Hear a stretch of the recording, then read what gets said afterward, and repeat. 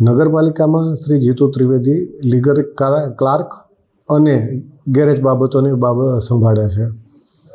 તારીખ 31ના રોજ નગરપાલિકા સામે જે તિલક મિલનો કેસ ચાલે છે, જેની અંદર રાજ્ય સરકાર પક્ષકાર છે, નગરપાલિકા પક્ષકાર છે, જીવીડીસી પક્ષકાર છે, એમાં સોગંદનામું રજૂ કરવાનું થતું હતું.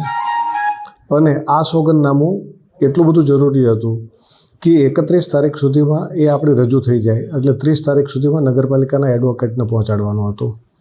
મજકૂર કર્મચારી 29 તારીખે કોઈપણ પ્રકારની રજા વગર હેડક્વાર્ટરમાં હતા નહીં. વારંવાર એમનો કોન્ટેક્ટ કરવા છતાંય તે મળી આવ્યા નહોતા. સાંજે 6 વાગે એમનો સંપર્ક થયો અને સોગંદનામું તૈયાર કરી અને મોકલવા માટે સૂચના આપવામાં આવી. વારંવાર સૂચનાઓ આપવા છતાંય રાત્રે 11:15 વાગે મારી ફાઇનલ સહી થઈ અને ત્યાર પછી એમને એડવોકેટને કોઈપણ પ્રકારની નોટરાઇઝ કર્યા વગર મોકલી આપવામાં આવેલું હતું, જેની કોઈ વેલ્યુ રહેતી નથી. જો આ જ સોગંદનામું નામદાર કોર્ટમાં રજૂ થાય તો નગરપાલિકાની ભયંકર બેદરકારી છતી થાય. નગરપાલિકા અને રાજ્ય સરકારને ન આણામાં ન આંકી શકાય એવું નુકસાન થાય. આ વ્યક્તિ 7 વર્ષથી આ જ કામગીરી કરે છે, એટલે એમના માટે આ સબ્જેક્ટ નવો નહોતો કે જે સોગંદનામું છે એને નોટરાઇઝ કરવું પડે અને મોકલવું પડે. સેંકડો સોગંદનામા એમના મારફત જ મોકલવામાં આવેલા હતા.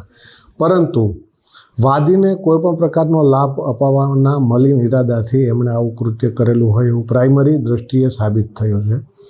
એટલે તાત્કાલિક અસરથી એમને સસ્પેન્ડ કરવામાં આવેલા છે.